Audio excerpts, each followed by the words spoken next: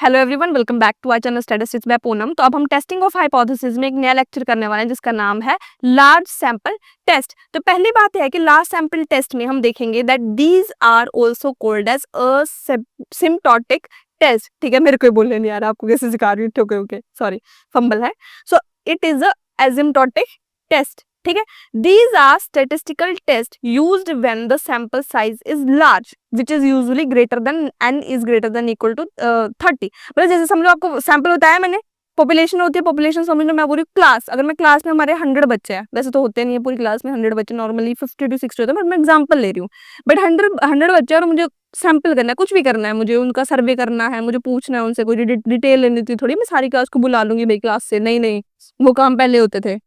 मैं क्या करूंगी, 10 बच्चों का सर्कल लूंगी, उनसे कुछ इन्फॉर्मेशन लूंगी, उनसे क्या करूंगी, बातचीत करूंगी, तो मैं उनके आगे निकाल लूंगी, इन सब वैल्यू निकाल लूंगी, मतलब कोई भी रिजल्ट निकाल लूंगी। सो ये मेरा बना एन, और आपको पता है ये जो होता है यहाँ पर कैपिटल एन होता है। तो ये जो स्मॉल एन की वैल्यू अगर 10 है, 20 है, 25 है, 28 है, तब तो ठीक है। बट जैसे ही ये 30 को पार कर गई, तब हमारा क्या बनता है, लार्ज सैंपल टेस्ट। उस केस में हम यूज करते हैं this is LST, this is large sample test. जब भी हमारा सैंपल साइज जो है वो ग्रेटर देन इक्वल टू 30 होता है, तब हम इसे यूज करते हैं। Now the common large sample test में कुछ पॉइंट्स है, सिचुएशंस है, और उसके कुछ टेस्ट यूज्ड है। देख सकते हो मोस्टली टेस्ट तो जेड टेस्ट नहीं है, बट आपको याद करना पड़ेगा कि कौन से क्या है। ठीक है, तो जैसे कि आप देख सकते हो, जो हमारा फर्स्ट है वो क्या है, मीन, जिसमें हमारा नोन क्या है, सिग्मा इज स्टैंडर्ड डेविएशन, जिसमें हम यूज करेंगे जेड टेस्ट। जब मीन है, जब हमें सिग्मा के बारे में कुछ भी नॉलेज नहीं है, और एन हमारा क्या है, लार्ज है, वही बताया मैंने, एन मेरा 100 है फॉर एग्जांपल, एन मेरा 500 है, उस केस में मेरे को क्या करना है, जेड टेस्ट यूज करना है। समझ आया? ओके, सो नाउ ये करने के बाद मेरा थर्ड है प्रोपोर्शन, जो कि है मेरा जेड टेस्ट। ठीक है, नाउ डिफरेंस इन प्रोपोर्शंस, जिसमें भी हम यूज करेंगे हमारा जेड टेस्ट। और लास्ट है हमारा डिफरेंस इन मीन्स, उसमें भी हम क्या करेंगे, जेड टेस्ट। ठीक है, नाउ एग्जांपल है हमारा testing population mean.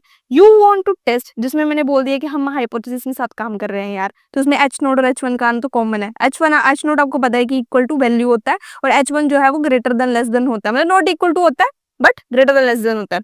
Now you collect, मैंने एक डाटा कलेक्ट किया जिसमें मेरे पास सैंपल साइज है n इज इक्वल टू 50। देख सकते हो मेरा सैंपल साइज ही लार्ज हो गया, 30 से ऊपर है, तो इस केस में तो यूज हो गई last sample test. Sample mean मेरा कितना, x bar is equal to 105। ठीक है, इसके बाद मेरा जो ये है, जो कि है सिग्मा की वैल्यू कितनी दी हो मेरे पास, 15। सो हम क्या करेंगे, इसमें क्या करेंगे, कंप्यूट जेड स्टैटिस्टिक्स। अभी बताया मैंने कि जब भी आपके पास ये वैल्यूज हो, तब भी आपको ये यूज करना है, ये वाला जेड टेस्ट। सो जेड टेस्ट का फॉर्मूला एक्स बार minus mu naught sigma bye √n, जिसमें आपने वैल्यूज पुट कर दी। ठीक है, आपको वैल्यूज गिवन है, डायरेक्टली इसमें पुट कर दो, कुछ करने की जरूरत नहीं है। उसके बाद 5 डिवाइडेड बाय 2.12, इसको डिवाइड करके हमारे पास वैल्यू कितनी आ गई, 2.36। इसके बाद जो स्टेप 2 है वो क्या है, कंपेयर विद क्रिटिकल वैल्यू। ठीक है, जिसमें क्या है, at 5% level critical Z 0.03 is equal to 1.645। ये आपके पास दिया होगा, इसके बारे में डरने की जरूरत नहीं, जो आपके पास अल्फा की वैल्यू वो ऑलरेडी गिवन होती है। ठीक है, नाउ सिंस 2.36 जो हमारी ये वैल्यू है इस ग्रेटर देन क्या है, इससे ग्रेटर देन है, तो हम क्या कर देंगे, रिजेक्ट H0। अब लास्ट में क्या है, समरी है with a smiley. Okay, so large sample test use the normal Z distribution even if data is a normal. अगर डाटा आपका नॉर्मल नहीं है, मींस उसमें कोई दिक्कत है, कोई प्रॉब्लम्स है, डाटा क्लीन नहीं है, बट स्टिल आपके पास क्या यूज करोगे आप, नॉर्मल Z डिस्ट्रीब्यूशन। सेकंड है आपके पास very useful when n is big. ये टेस्ट हमेशा यूजफुल तब होता है जब आपका जो n है, वो ग्रेटर देन इक्वल टू क्या है, 30 है, जब आपका सैंपल साइज जो है बहुत बड़ा है। समझो, जैसे मैं किसी फैक्ट्री की बात ले लेती हूँ, फैक्ट्री में 5 लाख इंसान है।